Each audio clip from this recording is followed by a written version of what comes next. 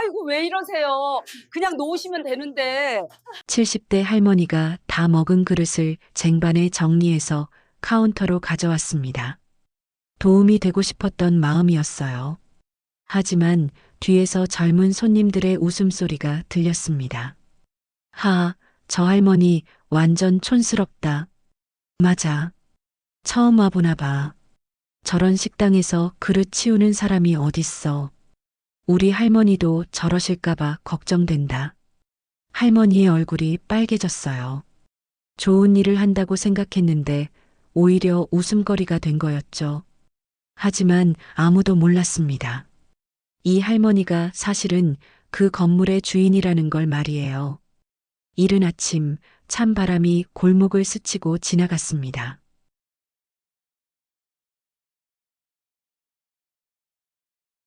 70대 초반의 할머니 김순이는 작은 방 창가에 서서 밖을 내다봤습니다. 회색빛 하늘 아래로 사람들이 분주히 오가고 있었죠. 모두 어디론가 향하고 있었어요. 목적지가 분명해 보였습니다. 순이는 깊게 숨을 들이마셨어요. 가슴 한편이 답답했습니다. 어제부터 계속 마음속에 맴도는 생각이 하나 있었거든요. 나도, 나도 한번 가볼까? 그 생각은 며칠 전부터 시작됐어요. 아파트 앞 슈퍼에 갔다가 우연히 들었던 이웃들의 대화 때문이었죠. 요즘 그 돼지국밥집 맛있다던데. 할머니도 한번 가보세요. 아이고, 나 같은 사람이 어디 그런 데를. 뭘 그러세요? 혼자 가서 드시는 분들 많아요. 그때만 해도 순희 씨는 고개를 저었습니다. 식당에 혼자 가서 밥을 먹는다니. 생각만 해도 부담스러웠거든요. 하지만 그 말이 계속 머릿속에서 맴돌았어요. 순희 씨는 거울 앞으로 갔습니다. 거울 속 자신의 모습을 천천히 살펴봤어요.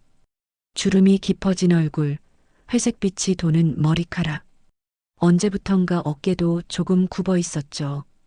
이런 모습으로 가도 될까? 순희 씨의 옷장은 단출했습니다. 검은색 코트 한 벌, 갈색 코트 한 벌. 평상시에 입던 옷들이 전부였어요. 화려한 옷은 없었죠.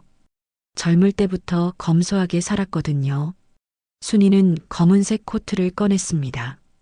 10년도 더 된 코트였지만 단정했어요.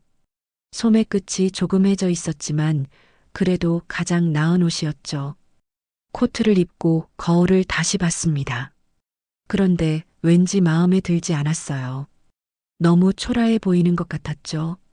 순이는 코트를 벗고 갈색 코트를 입어봤습니다. 이것도 비슷했어요. 역시 안 되겠다. 순희 씨는 한숨을 쉬었습니다. 코트를 벗어 옷걸이에 걸었어요. 그리고 다시 창가로 갔죠. 밖에서는 여전히 사람들이 오가고 있었습니다. 한 중년 여성이 큰 가방을 들고 급하게 걸어가고 있었어요. 어디선가 맛있는 냄새가 바람을 타고 올라왔죠.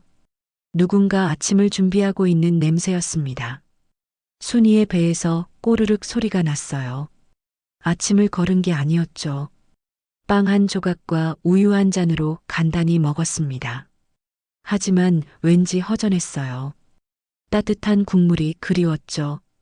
정말 가볼까? 순이 할머니는 다시 옷장으로 갔습니다. 이번에는 검은색 코트를 꺼내 입었어요.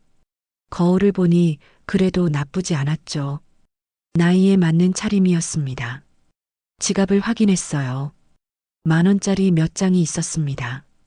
국밥 한 그릇 값은 충분했죠. 순이는 지갑을 가방에 넣었어요. 현관 앞에 서서 신발을 신었습니다. 편한 운동화였어요. 신발끈을 매는데 손이 조금 떨렸죠. 긴장되는 거였습니다. 문고리를 잡았어요. 차가운 금속이 손바닥에 닿았습니다. 순이는 잠시 망설였어요. 정말 괜찮을까? 혼자 가서 밥을 먹어도 이상하지 않을까? 마음속에서 두 가지 목소리가 들렸습니다. 하나는 가지 말라고 했고, 다른 하나는 한 번쯤 해봐도 괜찮아라고 했어요. 순이는 깊게 숨을 들이마셨습니다. 그리고 문을 열었어요. 복도는 조용했죠. 다른 집에서는 아침 준비하는 소리가 들렸어요. 설거지하는 소리, TV 소리, 아이들 웃음소리. 모든 게 평범하고 일상적이었습니다. 순이 할머니는 천천히 걸었어요. 엘리베이터 앞에서 버튼을 눌렀죠. 기다리는 동안 마음이 더 두근거렸습니다. 엘리베이터 문이 열렸어요. 다행히 아무도 없었죠. 순이는 안으로 들어가 1층 버튼을 눌렀습니다. 내려가는 동안 거울에 비친 자신을 봤어요. 표정이 긴장되어 있었죠. 순이는 작은 미소를 지어봤습니다. 그랬더니 마음이 조금 편해졌어요. 1층에 도착했죠. 문이 열리고 로비가 보였습니다. 몇 명의 사람들이 오가고 있었어요. 순이는 천천히 밖으로 나갔습니다. 밖은 생각보다 춥지 않았어요. 햇살이 조금씩 나오고 있었죠. 순이는 코트깃을 살짝 여몄습니다. 이제 정말 가는 거구나. 순이 씨는 발걸음을 옮겼어요. 돼지국밥집은 아파트에서 걸어서 10분 정도 거리에 있었죠. 평소에도 지나다니며 봤던 곳이었습니다. 항상 사람들이 많았어요. 걸어가는 동안 순이는 계속 생각했습니다. 들어가서 뭐라고 말해야 하지? 자리는 어디에 앉아야 하지? 혹시 이상하게 보지 않을까? 하지만 이미 발걸음을 옮긴 이상 돌아갈 수는 없었어요. 순이는 용기를 내기로 했습니다. 한 번쯤은 해봐야지. 나도 사람인데. 그렇게 순이는 돼지국밥집을 향해 걸어갔어요. 마음 한편에는 여전히 불안감이 있었지만 다른 한편에는 새로운 경험에 대한 기대감도 있었죠. 오늘은 순이에게 특별한 하루가 될 것 같았습니다. 돼지국밥집까지는 골목 2개를 지나면 됐습니다. 순이는 천천히 걸었어요. 평소보다 더 천천히 걸었죠. 마음의 준비가 필요했거든요. 첫 번째 골목을 지나면서 순이는 주변을 둘러봤습니다. 평소에는 그냥 지나쳤던 풍경들이 오늘은 유독 자세히 보였어요. 작은 슈퍼마켓, 세탁소, 약국. 모두 익숙한 곳들이었죠. 슈퍼마켓 앞에서 할머니 한 분이 나오고 있었습니다. 순이와 비슷한 나이로 보였어요. 그 할머니는 큰 봉지를 들고 있었죠. 장을 본 모양이었습니다. 저분도 혼자 다니시는구나.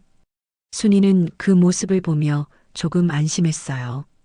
자기만 혼자 다니는 게 아니었죠. 다른 사람들도 혼자서 볼일을 보고 다녔습니다. 두 번째 골목으로 접어들었어요. 이제 국밥집이 보이기 시작했습니다. 빨간 간판이 눈에 들어왔어요.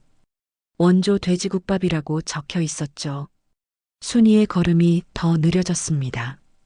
간판이 보이자 갑자기 긴장이 됐어요.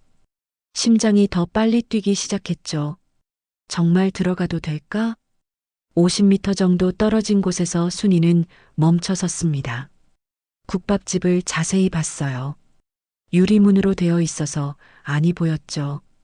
사람들이 앉아서 국밥을 먹고 있었습니다. 테이블이 8개 정도 있는 것 같았어요. 그리 크지 않은 가게였죠. 손님들은 대부분 남자분들이었습니다.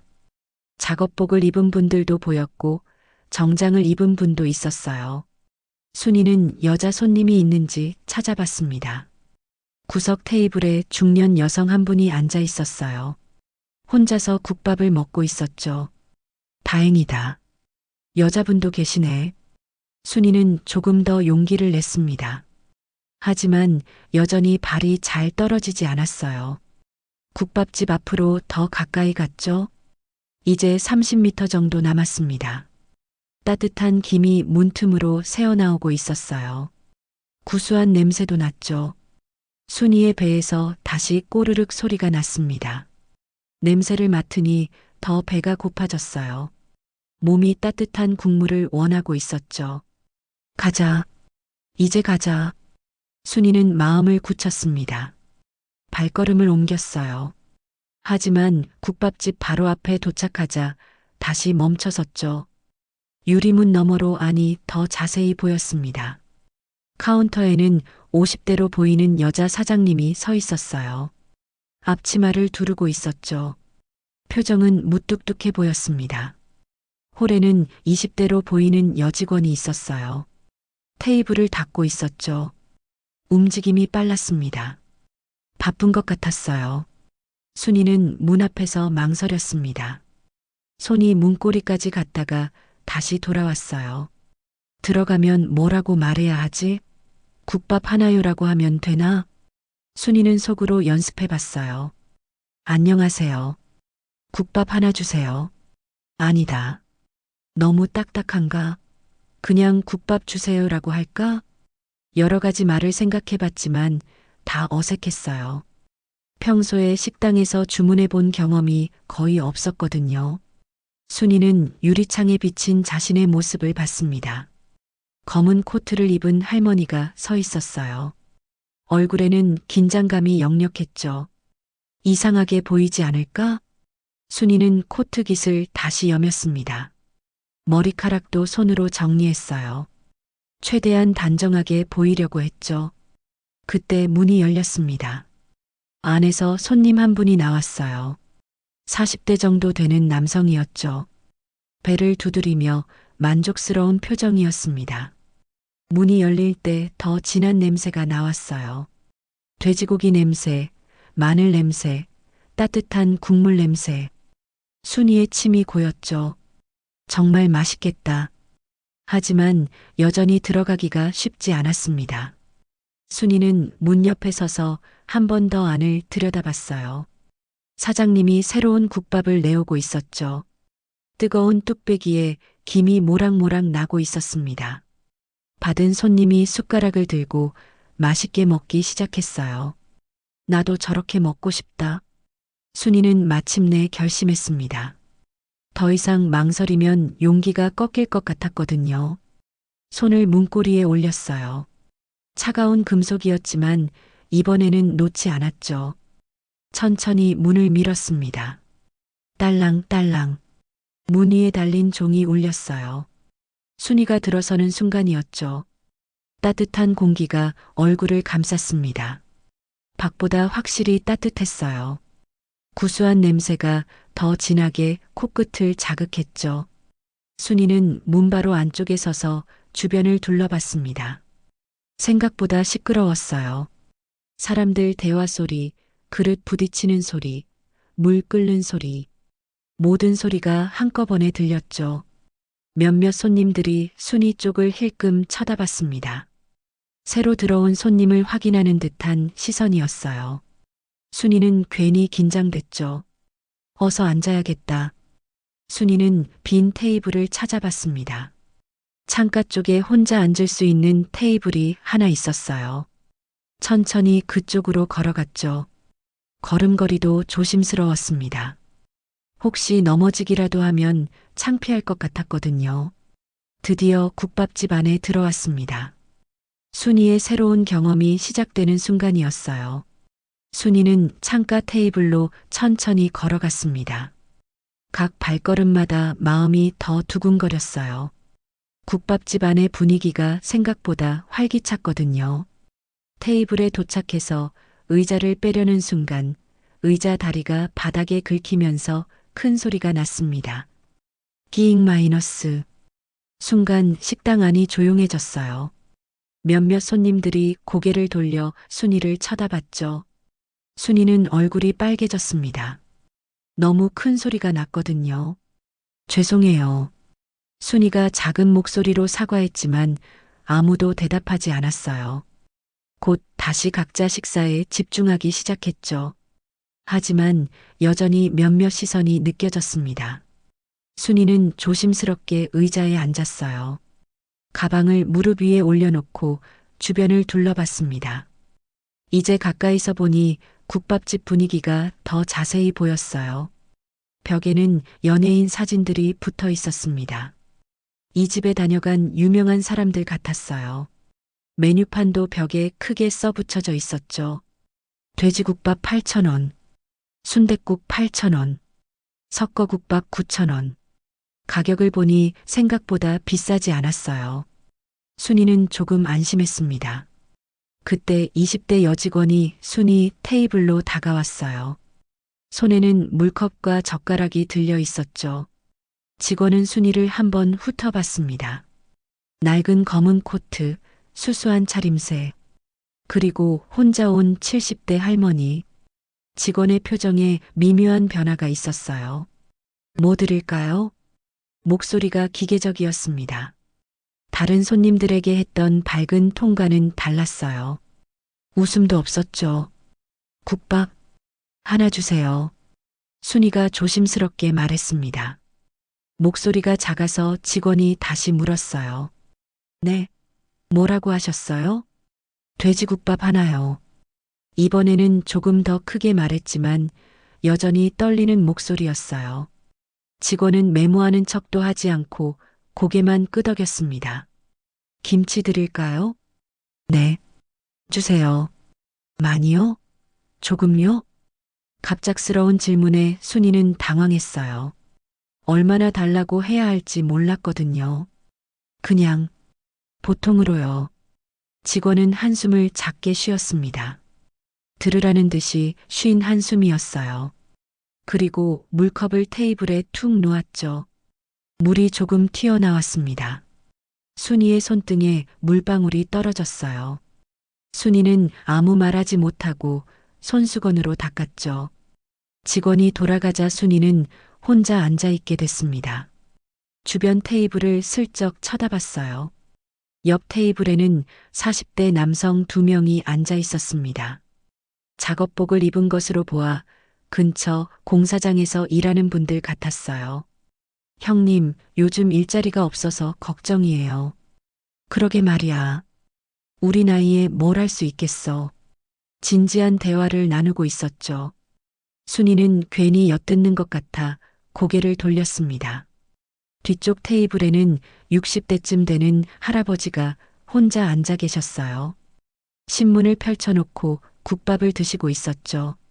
아무도 그분을 이상하게 보지 않았습니다. 저분도 혼자 오셨는데 왜 나만 이상하게 보는 거지? 순이 씨는 의아했어요. 하지만 곧 깨달았습니다. 그 할아버지는 이 동네 단골 같아 보였거든요. 직원들도 자연스럽게 대하고 있었어요. 자신은 처음 온 손님이었죠. 그것도 혼자 온 할머니. 뭔가 어색해 보일 수밖에 없었습니다. 순이는 가방을 만지작거렸어요. 뭔가 손으로 할 일이 없으니 더 어색했거든요. 다른 손님들은 모두 자연스럽게 보였는데 자신만 뚝 떨어진 기분이었죠. 그때 주방에서 큰 소리가 났습니다. 8번 테이블 국밥. 사장님 목소리였어요. 직원이 뚝배기를 들고 나왔죠. 김이 모락모락 나는 뜨거운 국밥이었습니다. 하지만 그 국밥은 다른 테이블로 갔어요. 아까 순이보다 나중에 온 손님 테이블이었죠. 순이는 시계를 봤습니다. 주문한 지 10분이 지났어요. 다른 손님들은 5분 만에 나온 것 같은데 자신만 늦는 것 같았죠. 혹시 주문을 잊어버린 건 아닐까 싶어 직원을 찾아봤어요. 직원은 다른 테이블에서 설거지를 하고 있었습니다. 순이는 손을 살짝 들어 직원을 불러보려 했어요. 하지만 용기가 나지 않았죠. 괜히 재촉하는 것 같을까봐 걱정됐거든요. 그때 또 주방에서 소리가 났습니다. 12번 테이블. 이번에도 순이 테이블이 아니었어요. 순이는 점점 불안해졌습니다. 정말 주문을 잊어버린 건 아닐까 싶었어요. 주변 손님들이 계속 들어오고 나갔습니다. 점심시간이 다가오면서 더 바빠지기 시작했어요. 직원들도 더 분주해 보였죠. 사장님이 카운터에서 큰 소리로 직원을 불렀습니다. 미영아, 6번 테이블 물 좀 갖다 줘. 직원 이름이 미영이었네요. 미영은 물통을 들고 해당 테이블로 갔어요. 그런데 순이 테이블 앞을 지나가면서 슬쩍 쳐다봤습니다. 그 시선이 왠지 차가워 보였어요. 마치 저 할머니 언제까지 앉아있을 건가 하는 듯한 눈빛이었죠. 순이는 움츠러들었습니다. 혹시 자신이 너무 오래 앉아 있는 건 아닐까 싶었거든요. 하지만 아직 음식도 나오지 않았는데 갈 수도 없었어요. 15분이 지나서야 드디어 순이 테이블로 국밥이 나왔습니다. 미영이 뚝배기를 들고 왔어요. 돼지국밥 나왔습니다. 뚝배기를 테이블에 놓는 소리가 다른 손님들보다 더 큰 것 같았어요. 김치도 함께 놓았는데 양이 다른 테이블보다 적어 보였죠. 감사합니다. 순이가 고개 숙여 인사했지만 미영은 이미 돌아서고 있었어요. 드디어 국밥이 나왔습니다. 김이 모락모락 나는 뜨거운 국밥이었어요. 냄새는 정말 좋았죠. 구수하고 진한 돼지고기 냄새가 코를 자극했습니다. 순이는 숟가락을 들었어요. 손이 조금 떨렸죠. 처음 먹어보는 돼지국밥이었거든요. 국물을 한 숟가락 떠서 호호 불어 마셨습니다. 와, 생각보다 훨씬 맛있었어요. 깊고 진한 맛이 입안에 퍼졌죠. 몸이 금세 따뜻해지는 느낌이었습니다. 순이는 조금씩 국밥을 먹기 시작했어요. 고기도 부드럽고 국물도 진짜 맛있었죠. 왜 사람들이 이 집을 자주 오는지 알 것 같았습니다. 하지만 먹는 내내 주변 시선이 신경 쓰였어요. 혼자 온 할머니라서 그런지 가끔 쳐다보는 사람들이 있었거든요. 순이는 최대한 조용히 예쁘게 먹으려고 노력했습니다. 소리 내지 않으려고 조심했고 국물도 천천히 마셨어요. 국밥을 반쯤 먹었을 때 새로운 손님이 들어왔습니다. 30대 정도 되는 남성이었어요. 정장을 말끔하게 차려입고 있었죠. 미영이 바로 다가가서 밝은 목소리로 인사했습니다. 어서 오세요. 어디 앉으시겠어요? 순이에게 했던 것과는 완전히 다른 태도였어요. 미소도 활짝 지었죠. 그 모습을 보며 순이는 마음이 조금 아팠습니다. 같은 손님인데 왜 이렇게 다르게 대하는 걸까 싶었거든요. 순이는 국밥을 계속 먹었어요. 맛은 정말 좋았지만 마음 한편이 씁쓸했죠. 식사를 마칠 때쯤 되자 새로운 고민이 생겼습니다. 다 먹은 그릇을 어떻게 해야 하는지 모르겠더라고요. 다른 손님들을 유심히 봤어요. 어떤 분들은 그냥 두고 가시는 것 같았고, 어떤 분들은 직접 카운터로 가져가시는 것 같았죠. 순이는 어떻게 해야 할지 몰라 망설였습니다. 그런데 문득 좋은 생각이 떠올랐어요. 내가 직접 정리해서 가져다 드리면 도움이 될 거야. 순이 씨는 빈 그릇들을 쟁반에 차곡차곡 정리하기 시작했습니다. 이때부터 예상치 못한 일들이 벌어지게 될 줄은 꿈에도 몰랐죠. 순이는 빈 뚝배기와 김치 접시, 물컵을 쟁반에 차곡차곡 정리하기 시작했습니다. 집에서 늘 하던 대로 깔끔하게 놓았어요. 뚝배기는 가운데, 작은 접시들은 주변에, 젓가락과 숟가락도 가지런히 모았죠. 이렇게 하면 직원분들이 편하실 거야. 순이는 만족스럽게 정리된 쟁반을 바라봤습니다. 평생 살림을 해온 손길이라 그런지 정말 깔끔했어요. 마치 카페에서 보는 것처럼 예쁘게 정리됐죠. 쟁반을 들고 일어서려는데 생각보다 무거웠습니다. 뚝배기가 묵직했거든요. 순이는 두 손으로 조심스럽게 쟁반을 들었어요. 주변 테이블에서 몇몇 손님들이 순이를 쳐다보기 시작했습니다. 할머니가 쟁반을 들고 있는 모습이 눈에 띄었거든요. 저 할머니 뭐 하시는 거야? 옆 테이블 남성이 작게 중얼거렸어요. 동료에게 말하는 듯 했지만 순이에게도 들렸죠. 순이는 쟁반을 들고 천천히 걸었습니다. 무릎이 좋지 않아서 더 조심스러웠어요. 바닥에 물기라도 있으면 미끄러질 수 있었거든요. 카운터 쪽으로 향하는 길에 더 많은 시선이 느껴졌습니다. 국밥집 안의 분위기가 조금씩 바뀌고 있었어요. 저기 봐. 저 할머니. 왜 저러시지? 손님들 사이에서 속삭임이 시작됐습니다. 순이는 들리는 둥 마는 둥 했지만 기분이 좋지 않았어요. 드디어 카운터 앞에 도착했습니다. 사장님이 계산대에서 순이를 봤어요. 50대 중반쯤 되는 여성이었죠. 앞치마에는 국물이 튄 자국들이 있었습니다. 사장님의 표정이 순간 굳어졌어요. 할머니가 쟁반을 들고 서 있는 모습을 이해할 수 없다는 듯한 눈빛이었죠. 뭐 하시는 거예요? 목소리에 당황함이 섞여 있었습니다. 약간 날카로운 톤이었어요. 아, 다 먹어서 가져다 드리려고 했어요. 순이가 조심스럽게 말했습니다. 순전히 도움이 되고자 하는 마음이었어요. 그런데 사장님의 반응은 예상과 달랐습니다. 아이고, 왜 이러세요? 그냥 놔두시면 되는데. 말은 정중했지만 표정은 그렇지 않았어요. 귀찮다는 기색이 역력했죠. 순이는 당황했습니다. 좋은 일을 한다고 생각했는데 이상한 반응이었거든요. 그냥 도움이 될까 해서요. 아, 예. 고맙긴 한데 여기 두시면 돼요. 사장님이 카운터를 가리켰습니다. 하지만 그 말투에는 고마움보다는 번거로움이 더 많이 느껴졌어요. 순이는 쟁반을 카운터에 올려놓았습니다. 그런데 그 순간 뒤에서 웃음소리가 들렸어요. 하, 저 할머니 완전 촌스럽다. 젊은 남성의 목소리였습니다. 회사원처럼 보이는 30대 정도 되는 분이었어요. 동료와 함께 온 것 같았죠. 맞아. 처음 와보나 봐.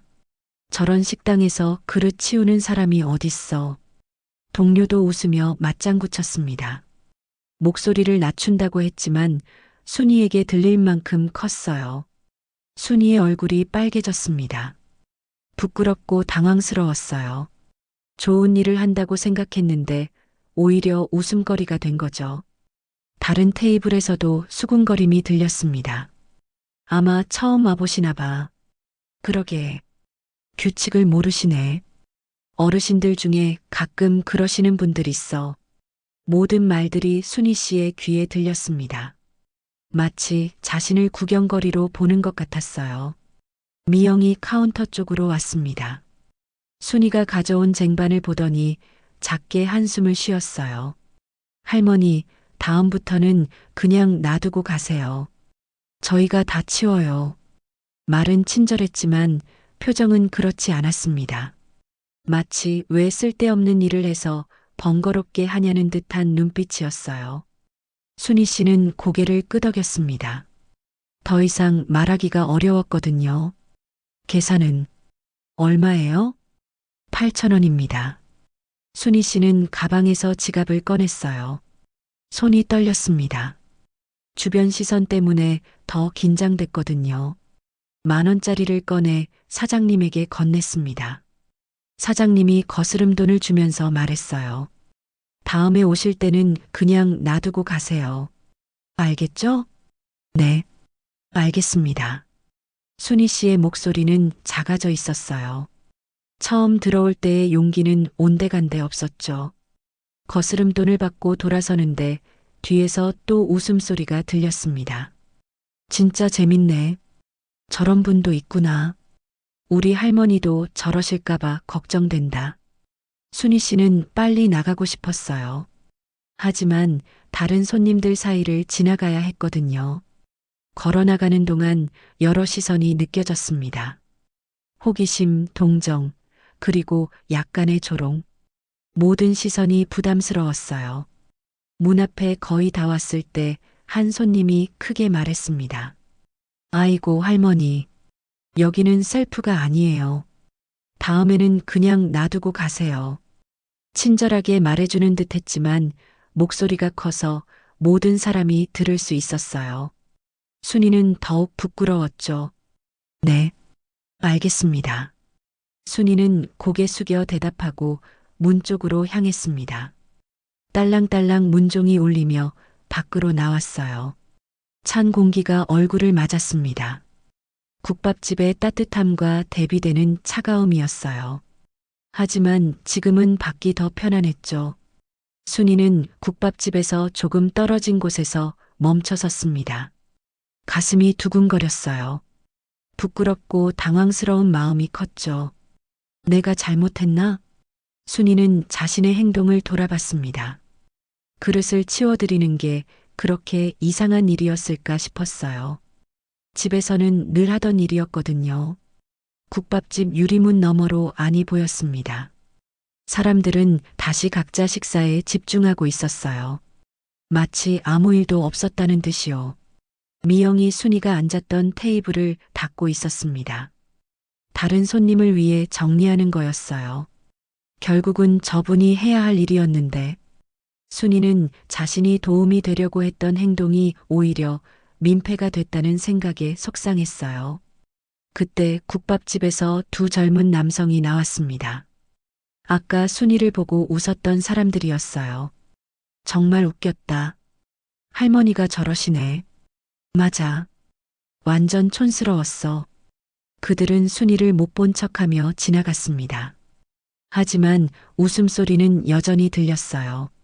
순이는 고개를 떨궜습니다. 마음이 무거웠어요. 처음 도전해본 외식이 이런 결과가 될 줄은 몰랐거든요. 다시는 안 와야겠다. 순이는 그렇게 마음먹었습니다. 너무 부끄럽고 민망한 경험이었어요. 하지만 순이는 몰랐습니다. 이 모든 일이 곧 완전히 뒤바뀔 거라는 걸 말이에요. 그리고 자신을 무시하고 비웃었던 사람들이 어떻게 될지도 전혀 예상하지 못했죠. 순이는 무거운 발걸음으로 집 쪽으로 향했습니다. 오늘의 경험이 마지막이 되기를 바라면서요. 순이는 국밥집에서 나와 천천히 걸었습니다. 마음이 무거웠어요. 처음으로 용기 내어 도전한 일이 이런 결과가 될 줄은 몰랐거든요. 발걸음도 처음 올 때와는 달리 힘이 없었죠. 골목을 걷는데 뒤에서 누군가 빠른 걸음으로 따라오는 소리가 들렸습니다. 순이는 뒤를 돌아봤어요. 40대 중반쯤 되는 남성이 헐레벌떡 뛰어오고 있었죠. 정장을 단정하게 차려입었고 손에는 두꺼운 서류 뭉치를 들고 있었습니다. 얼굴에는 급한 기색이 역력했어요. 잠깐만요. 잠깐만요. 남성이 순이를 부르며 손을 흔들었습니다. 순이는 당황했어요. 자신을 부르는 건지 확신이 서지 않았거든요. 남성이 순이 앞에 도착했을 때는 숨이 차 있었습니다. 잠시 숨을 고르더니 순이를 자세히 쳐다봤어요. 혹시 김순이 사장님이신가요? 순간 순이 씨의 발걸음이 멈췄습니다. 사장님이라는 호칭에 깜짝 놀랐거든요. 자신을 사장님이라고 부르는 사람을 본 지가 얼마나 오래됐는지 모르겠었어요. 네. 그런데 누구세요? 순이가 조심스럽게 물었습니다. 낯선 사람이었거든요. 남성은 명함을 꺼내며 정중하게 인사했습니다. 안녕하세요.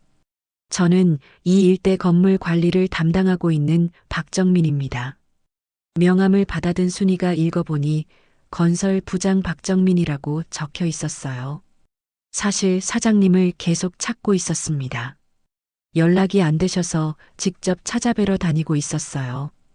박정민의 목소리에는 절실함이 묻어 있었습니다. 무슨 일이신가요? 아, 그게 여기서 말씀드리기가 좀 그런데 혹시 카페라도 가서 차 한잔하면서 말씀드릴 수 있을까요? 순이는 망설였어요. 방금 국밥집에서 당황스러운 일을 겪은 터라 또 다른 사람들과 만나는 것이 부담스러웠거든요. 급한 일이신가요? 네, 정말 급합니다. 사실 어제부터 사장님을 찾고 있었어요. 박정민의 간절한 표정을 보니 거절하기가 어려웠습니다. 순이는 고개를 끄덕였어요. 그럼, 잠깐만요. 두 사람은 근처 카페로 향했습니다. 걸어가면서 박정민은 계속 순이를 힐끔힐끔 쳐다봤어요. 뭔가 확신이 서지 않는 듯한 표정이었죠. 작은 카페에 도착해서 자리에 앉았습니다.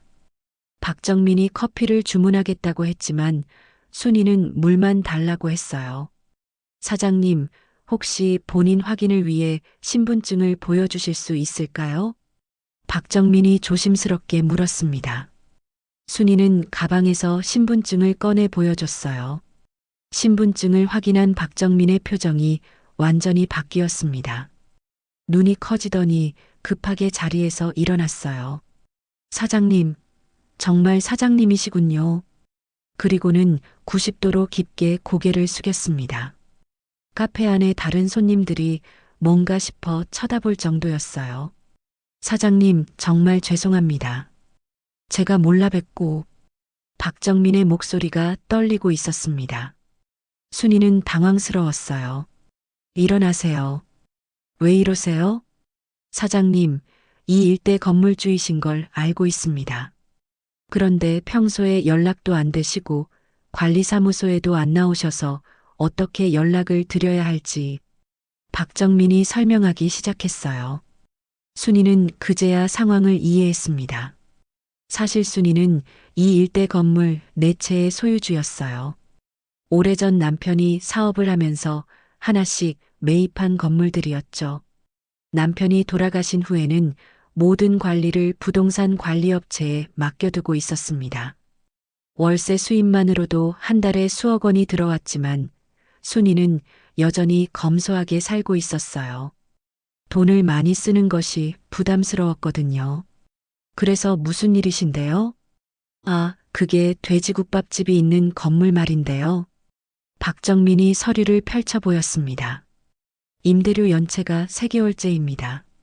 사장님께 보고드려야 할 사안이고 앞으로 어떻게 처리할지 지시를 받아야 해서요. 순이는 서류를 들여다봤어요. 정말로 돼지국밥집의 임대료가 밀려 있었습니다. 3개월이나 밀렸다고요? 네, 코로나 때문에 손님이 줄어서 어렵다고 하더니 계속 연체되고 있습니다. 순이는 복잡한 기분이었어요. 방금 전까지 자신을 무시하고 비웃었던 그 국밥집이 자신의 건물 세입자였다니. 사장님, 어떻게 처리하시겠습니까? 계약 해지 통보를 하시겠습니까? 박정민이 조심스럽게 물었습니다. 순이는 잠시 생각했어요. 국밥집에서 당한 일이 떠올랐죠. 자신을 촌스럽다고 비웃었던 사람들의 얼굴이 생각났습니다. 일단 현장을 직접 보고 판단하겠습니다. 현장을 보신다고요? 네. 지금 가봅시다. 박정민은 당황했어요. 건물주가 직접 현장에 나타나면 큰 문제가 될 텐데 싶었거든요. 사장님, 미리 연락을 드리고. 아니에요. 그냥 가봅시다. 순이의 목소리에는 결연함이 묻어 있었습니다. 두 사람은 카페에서 나와 다시 국밥집으로 향했습니다. 걸어가면서 박정민은 계속 순이를 쳐다봤어요. 아까까지 평범한 할머니라고 생각했던 분이 사실은 이 일대 최고의 부자였다니 믿기지 않았거든요. 사장님, 혹시 오늘 그 국밥집에 다녀오셨나요? 박정민이 조심스럽게 물었습니다. 네, 처음 가봤어요. 어떠셨어요? 순이는 잠시 침묵했어요. 그리고 조용히 말했습니다. 별로였어요. 박정민은 더 이상 묻지 않았습니다. 순이의 표정에서 무언가 있었다는 걸 느꼈거든요. 국밥집이 가까워지면서 박정민의 걸음이 빨라졌어요. 뭔가 큰일이 벌어질 것 같은 예감이 들었거든요. 사장님, 정말 지금 가시겠습니까? 네. 순이 씨의 대답은 단호했습니다. 드디어 국밥집 앞에 도착했어요. 안에서는 여전히 손님들이 국밥을 먹고 있었죠. 평화로운 점심시간이었습니다. 하지만 곧 이 평화는 깨질 예정이었어요. 아무도 예상하지 못한 방식으로 말이죠. 순이는 국밥집 문 앞에 서서 안을 들여다봤습니다. 사장도 보이고 미영도 보였어요. 아까 자신을 비웃었던 손님들도 아직 앉아 있었죠. 들어가시겠습니까? 박정민이 물었습니다. 순이는 깊게 숨을 들이마셨어요. 그리고 고개를 끄덕였습니다. 네, 들어가죠. 이제 정말로 모든 것이 뒤바뀔 순간이 다가오고 있었습니다. 박정민이 국밥집 문을 열었습니다.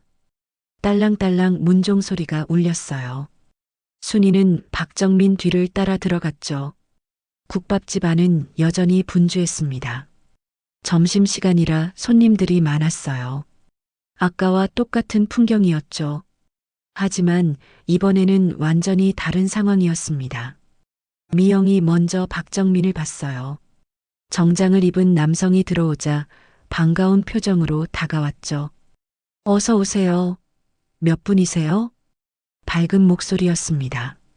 하지만 박정민 뒤에 있는 순이를 보자 표정이 굳어졌어요. 아까 그 할머니.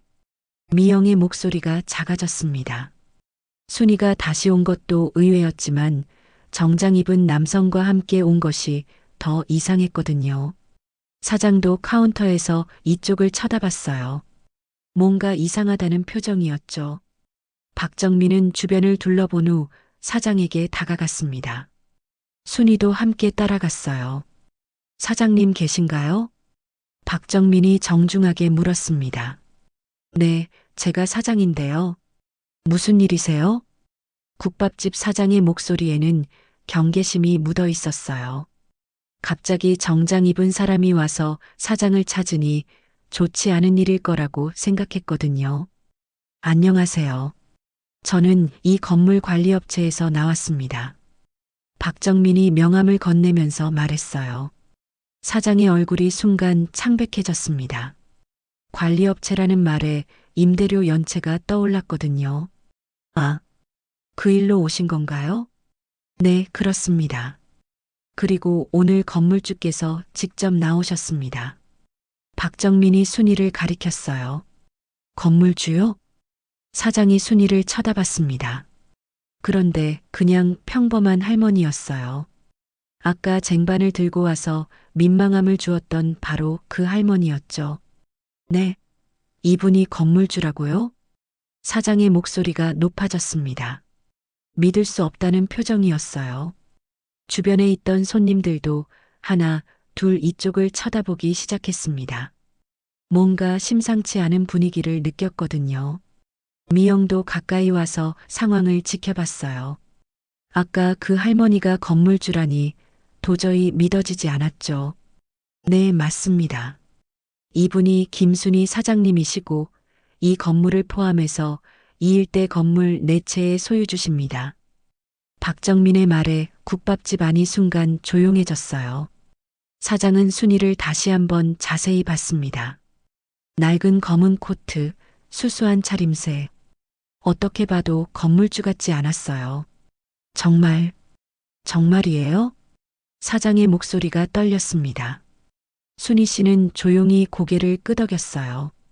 네, 맞습니다. 순간 국밥집 안의 공기가 얼어붙었습니다. 사장의 다리에서 힘이 빠졌어요. 주저앉을 것 같았죠. 임대료를 3개월째 밀리고 있는 상황에서 건물주가 직접 나타난 거였거든요. 사장님. 사장이 떨리는 목소리로 말했습니다. 미영은 얼굴이 새파랗게 변했어요. 아까 자신이 그 할머니를 어떻게 대했는지 떠올랐거든요. 무시하고 귀찮아하고 심지어 한숨까지 쉬었었죠. 아까 순이를 비웃었던 젊은 직장인들도 상황을 파악하기 시작했어요. 저 할머니가 건물주라고? 말이 되나? 저런 차림으로? 하지만 박정민의 진지한 표정을 보니 농담이 아님을 알 수 있었죠. 국밥집 사장은 순이 앞에서 어떻게 해야 할지 몰랐어요. 건물주 앞에서 무릎을 꿇고 싶었지만 손님들이 많아서 그럴 수도 없었죠. 사장님, 죄송합니다. 정말 몰랐습니다. 사장의 목소리는 거의 울음에 가까웠어요. 순이 씨는 차분하게 말했습니다. 임대료 3개월 연체에 대해 이야기해야겠네요. 네, 정말 죄송합니다. 사정이 어려워서 그 전에 궁금한 게 있어요. 순이 씨의 목소리는 조용했지만 단호했습니다. 아까 제가 여기서 식사를 했는데 순이가 말하자 사장과 미영의 얼굴이 더욱 창백해졌어요. 손님을 어떻게 대해야 하는지 아시나요? 네, 죄송합니다. 저는 처음 와본 손님이었어요. 그런데 어땠나요? 순이의 질문에 사장은 말을 잇지 못했어요. 미영이 앞으로 나왔습니다. 그리고 순이 앞에서 90도로 고개를 숙였어요. 사장님, 정말 죄송합니다. 제가 잘못했습니다. 미영의 목소리가 떨렸습니다. 뭘 잘못했는지 아세요? 제가 사장님을 무시했습니다. 불친절하게 대했고, 귀찮아했고, 미영이 울먹이며 말했어요. 주변 손님들이 숨을 죽이고 지켜봤습니다. 상황이 심각하다는 걸 알 수 있었거든요. 아까 순희 씨를 비웃었던 젊은 직장인들은 자리에서 슬금슬금 일어나려 했어요. 하지만 순희가 그들을 쳐다봤죠. 그리고 거기 앉아 계신 분들, 젊은 직장인들이 얼어붙었어요. 저를 보고 뭐라고 하셨죠? 저희는 촌스럽다고 하셨죠? 완전 촌스럽다고. 순이의 목소리는 여전히 조용했지만 날카로웠어요. 젊은 직장인들은 얼굴이 빨개졌습니다. 창피함과 두려움이 섞인 표정이었어요. 죄송합니다. 그들도 고개를 숙였어요. 국밥집 안의 모든 사람들이 상황을 이해하기 시작했습니다. 아까 무시당했던 그 할머니가 사실은 이 건물의 주인이었던 거였죠. 박정민이 서류를 꺼내며 말했습니다. 사장님, 앞으로 어떻게 처리하시겠습니까? 임대차 계약 해지 통보를 하시겠습니까? 국밥집 사장은 완전히 절망적인 표정이었어요. 3개월치 밀린 임대료도 문제였지만 건물주를 무시한 것이 더 큰 문제였거든요. 사장님, 제발 용서해 주십시오. 정말 몰랐습니다. 사장이 무릎을 꿇으려고 했어요. 하지만 순이가 손을 들어 제지했죠. 일어나세요. 순이 씨는 잠시 생각했습니다. 그리고 조용히 말했어요. 한 가지만 약속해 주세요. 네, 뭐든지 하겠습니다. 앞으로는 모든 손님을 똑같이 대하세요. 외모나 나이로 판단하지 말고요. 네, 반드시 그렇게 하겠습니다. 사장의 대답은 간절했어요. 임대료는 다음 주까지 정리해 주시고 앞으로는 연체하지 마세요. 네, 알겠습니다. 순희 씨는 젊은 직장인들을 다시 쳐다봤어요. 그리고 여러분도 기억하세요. 사람을 겉모습으로 판단하는 건 좋지 않아요. 젊은 직장인들은 고개만 끄덕일 뿐이었어요. 순희 씨는 박정민과 함께 국밥집을 나섰습니다. 뒤에서는 사장과 미영이 깊게 고개를 숙여 배웅했어요. 국밥집 밖으로 나온 순이는 깊게 숨을 쉬었습니다. 마음이 후련했어요. 사장님, 정말 멋지셨습니다. 박정민이 감탄하며 말했어요. 별거 아니에요. 당연한 일을 한 것뿐이죠. 순이는 조용히 미소 지었습니다. 오늘의 경험이 모든 사람들에게 좋은 교훈이 되었으면 좋겠다고 생각했어요. 그날 저녁 국밥집은 평소보다 조용했습니다. 사장은 계산대에 앉아 멍하니 하늘을 바라보고 있었어요. 오늘 일어난 일이 아직도 믿어지지 않았거든요. 언니, 정말 어떡해요? 미영이 떨리는 목소리로 물었습니다. 낮에 있었던 일 때문에 아직도 손이 덜덜 떨렸어요. 모르겠다. 정말 모르겠어. 사장의 목소리는 힘이 없었습니다. 20년간 장사를 해오면서 이런 일은 처음이었거든요. 그런데 언니, 그 할머니, 정말 건물주였을까요? 당연하지. 관리업체 사람이 와서 직접 소개했는데 사장은 깊은 한숨을 쉬었어요. 자신이 얼마나 큰 실수를 했는지 이제야 실감하고 있었거든요. 우리가 그분을 어떻게 대했는지 생각해봐. 정말 부끄럽다. 미영도 고개를 떨궜어요. 순이에게 했던 자신의 행동들이 하나하나 떠올랐거든요. 물컵을 툭 놓았던 것, 한숨을 쉬었던 것, 귀찮아했던 표정들. 언니, 우리 망한 건 아닐까요? 글쎄, 그분이 용서해 주셨으니까. 하지만 사장의 목소리에는 확신이 없었어요. 과연 이대로 끝날 일인지 알 수 없었거든요. 그때 문이 열리며 손님이 들어왔습니다. 평소 자주 오던 단골 손님이었어요. 60대 할아버지셨죠. 어서 오세요. 미영이 급히 일어나 인사했습니다. 목소리에 과할 정도의 밝음이 있었어요. 오늘 있었던 일 때문에 더 신경 쓰고 있는 거였죠. 할아버지는 평소 자리에 앉으셨습니다. 미영이 물과 젓가락을 가져다 드렸어요. 오늘은 뭘 드릴까요? 아, 그냥 평소처럼 국밥 하나. 미영은 물컵을 조심스럽게 놓았습니다. 물이 튀지 않게 천천히 놓았어요. 젓가락도 가지런히 정리해서 놓았죠. 할아버지가 이상하다는 듯 미영을 쳐다봤어요. 왜 이렇게 신경 써주나? 무슨 일 있어? 아, 아니에요. 그냥 더 친절하게 하려고요. 미영의 얼굴이 빨개졌어요. 국밥이 나오고 할아버지가 드시는 동안 미영은 계속 신경 쓰며 지켜봤습니다. 물이 떨어지면 바로 채워드리고 김치가 부족해 보이면 더 가져다 드렸어요. 어머, 이상하네. 오늘 왜 이렇게 친절해? 할아버지가 웃으며 말씀하셨어요. 항상 친절했는데요. 미영이 어색하게 웃었지만 속으로는 부끄러웠어요. 정말로 항상 친절했다면 오늘 같은 일은 없었을 테니까요. 며칠 후 국밥집에는 눈에 띄는 변화가 있었습니다. 첫째, 직원들의 태도가 완전히 달라졌어요. 어떤 손님이 와도 똑같이 정중하게 대했습니다.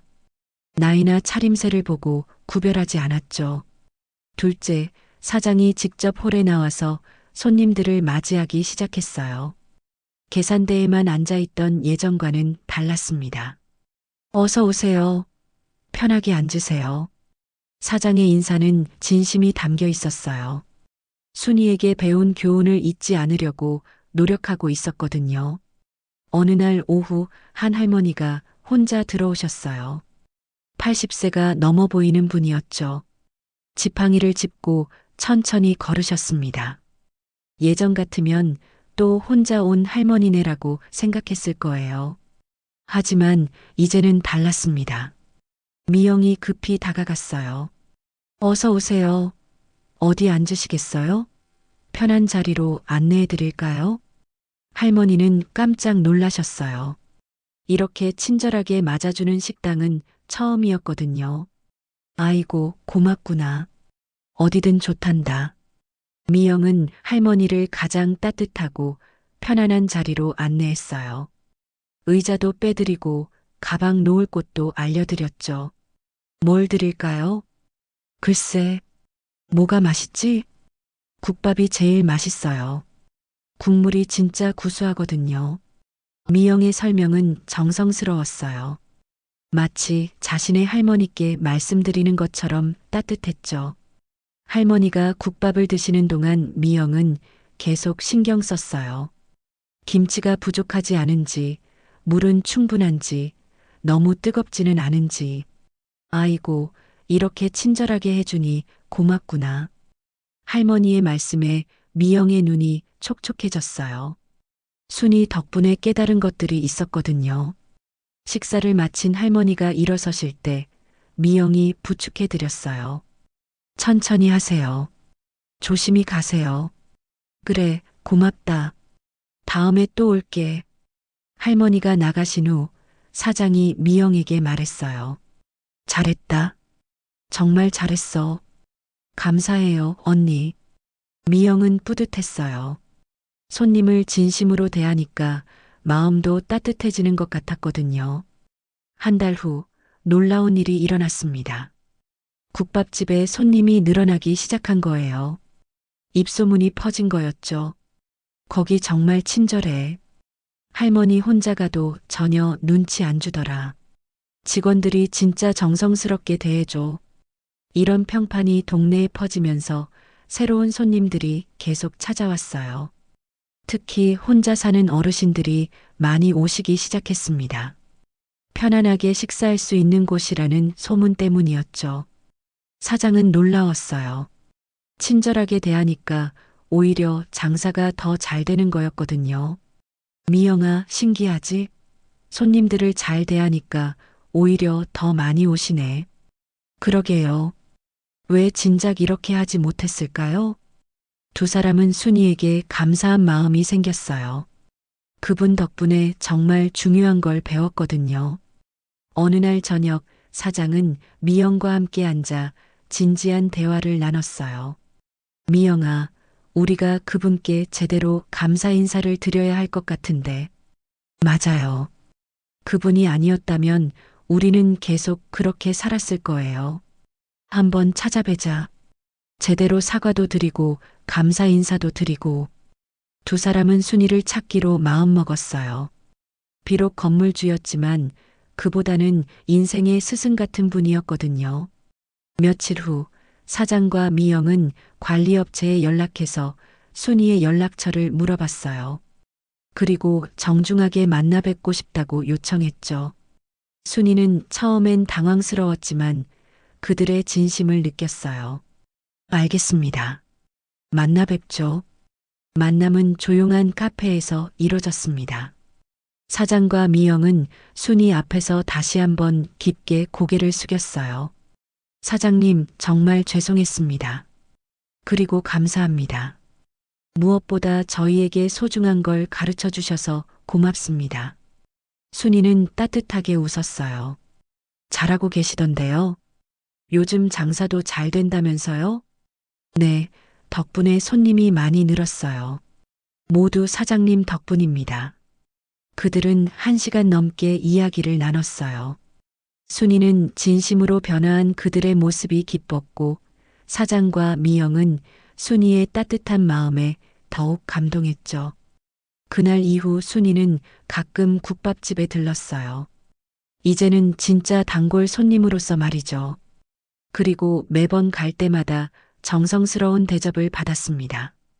하지만 이제는 건물주라서가 아니라 소중한 손님이자 인생 선배로서 존중받는 거였어요. 순이는 만족했습니다. 작은 일이었지만 세상을 조금 더 따뜻하게 만든 것 같았거든요. 6개월 후 순이는 평소처럼 아침 산책을 나섰습니다.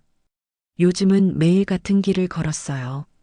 국밥집이 있는 골목을 지나는 길이었죠. 오늘도 어김없이 국밥집 앞을 지났습니다. 문 앞에는 새로운 현수막이 걸려 있었어요. 어르신 우대식당 마이너스 혼자 오셔도 편안한 곳. 순이는 그 현수막을 보며 미소 지었습니다. 정말 많은 것이 바뀌었구나 싶었거든요. 국밥집 안을 들여다보니 아침부터 손님들이 많았어요. 특히 혼자 오신 어르신들이 많이 보였죠. 모두들 편안한 표정으로 식사를 하고 계셨습니다. 미영이 한 할아버지께 국밥을 가져다 드리고 있었어요. 정성스럽게 젓가락을 놓아드리고 김치도 충분한지 확인해 드리고 있었죠. 정말 달라졌네. 순이는 흐뭇했습니다. 그때 국밥집에서 사장이 나왔어요. 쓰레기를 버리러 나온 것 같았죠. 순이를 발견하자 반가워했습니다. 어머, 사장님. 안녕하세요. 사장의 인사는 진심이 담겨 있었어요. 이제는 정말 마음에서 우러나는 존경심이었죠. 안녕하세요. 요즘 장사 잘 되시나 봐요? 네, 덕분에 정말 잘 되고 있어요. 모두 사장님 덕분입니다. 사장의 얼굴에는 자부심이 가득했어요. 어제도 신문사에서 취재를 나왔어요. 어르신 친화적인 식당이라고 해서요. 정말요? 대단하네요. 순이는 진심으로 기뻐했습니다. 그런데 사장님, 오늘 시간 있으시면 잠깐 들러주세요. 미영이가 새로운 반찬을 만들었는데 맛 좀 봐달라고 하더라고요. 그럴까요? 순이는 국밥집으로 들어갔습니다. 안에서는 여전히 분주했지만 분위기는 평화로웠어요. 미영이 순이를 보자 환하게 웃었습니다. 사장님, 어서 오세요. 진심 어린 환대였어요.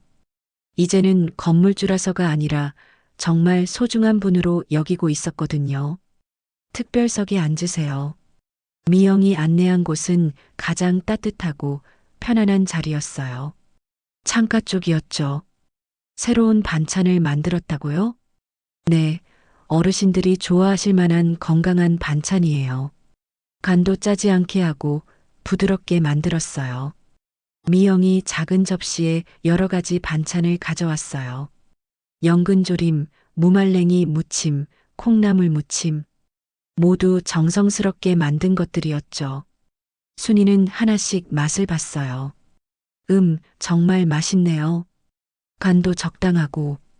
감사해요. 어르신들이 좋아하시길 바라는 마음으로 만들었어요. 그때 한 할머니가 들어오셨어요. 90세는 넘어 보이는 분이었죠. 지팡이를 짚고 천천히 걸으셨습니다. 미영이 바로 일어나 도와드렸어요. 할머니, 어서 오세요. 제가 도와드릴게요. 자연스럽게 할머니의 팔을 살짝 부축해드리며 편안한 자리로 안내했어요. 아이고, 고맙구나. 젊은이가 참 착하네. 천천히 앉으세요. 가방은 제가 놓아드릴게요. 미영의 모습을 보며 순이는 마음이 따뜻해졌어요. 정말 많이 변했구나 싶었거든요. 오늘은 뭘 드릴까요? 국밥 하나만 주렴. 그런데 국물 좀 뜨겁지 않게 해줄 수 있니? 네, 물론이에요. 조금 식혀서 가져다 드릴게요. 미영은 주방에 가서 특별히 신경 써서 국밥을 준비했어요.